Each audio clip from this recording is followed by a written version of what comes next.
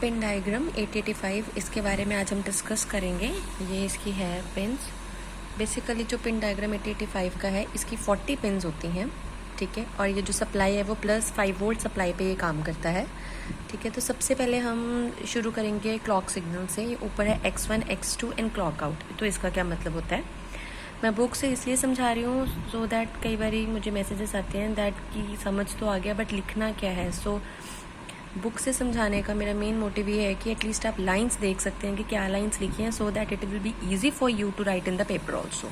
Okay, so let us start. तो जो X1 X2 है यहाँ पे, ये क्या है, ये टर्मिनल्स हैं, ठीक है, जो कनेक्ट होते हैं एक्सटर्नल क्रिस्टल। और एक्सटर्नल क्रिस्टल LC भी हो सकता है, RC भी हो सकता है, ऑसिलेटर, ठीक है। और ये क्या प्रोवाइड करते हैं, इंटरनल क्लॉक जनरेटर। बेसिकली क्या है, जो क्रिस्टल ऑसिलेटर है वो 6 मेगाहर्ट्ज का होता है, ठीक है। बट जो ऑपरेटिंग फ्रीक्वेंसी है माइक्रो प्रोसेसर की दैट इज 3 मेगाहर्ट्ज। इसीलिए हम 2 क्लॉक सिग्नल्स यूज करते हैं। Y?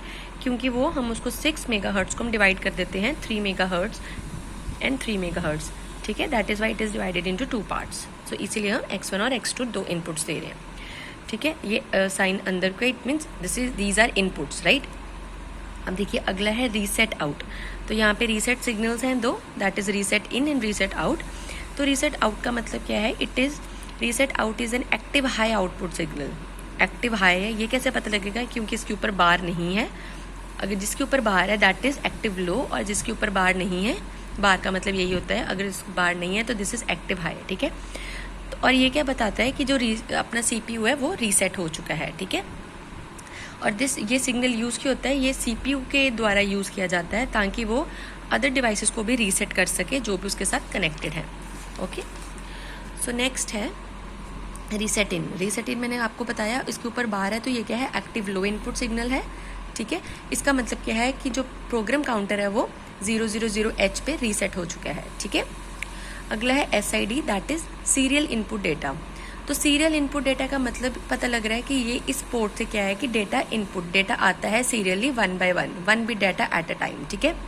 On the execution of RIM instruction this data is loaded into the 7th bit of the accumulator. मतलब 7th bit, 0 to 7 bit, total 8 bits हो गई, और 7th bit से ये डाटा लोड होना शुरू हो जाता है एक्यूमुलेटर में, ठीक है। और सीरियल आउट का क्या पता लग रहा है, serial out is active high serial output port pin. इससे क्या है, 1 जो बिट डेटा है दैट इज सीरियली आउटपुटेड। तो serial output data pin is reset depending upon the एक्यूमुलेटर्स D6 and D7 bit after the execution of SIM instruction, ठीक है। Serial input data में हम रिम इंस्ट्रक्शन यूज करते हैं और सीरियल आउटपुट डाटा में हम सिम इंस्ट्रक्शन यूज करते हैं। इसमें सीरियली इनपुट डाटा आता है, इसमें जो है सीरियली डाटा 1 by 1 करके जाता है फ्रॉम द माइक्रो प्रोसेसर, ठीक है। इसके बाद आ रही है इंटरप्ट्स। इंटरप्ट्स इंपॉर्टेंट है, ये हम सेपरेटली भी करेंगे। इंटरप्ट्स कौन कौन सी होती है, ट्रैप, रीसेट 7.5, रीसेट 6.5, रीसेट 5.5। तो मैं आपको बता दूं कि जो ट्रैप है that is non maskable interrupt. Non maskable interrupt का मतलब होता है कि उस इंटरप्ट को हम पेंडिंग नहीं रख सकते, मतलब उसको वेट नहीं करने दे सकता माइक्रो प्रोसेसर, ठीक है। मतलब उसकी प्रायोरिटी सबसे हाईएस्ट है। और उसके बाद जो इंटर है, inter it is the interrupt, it is interrupt request, ठीक है।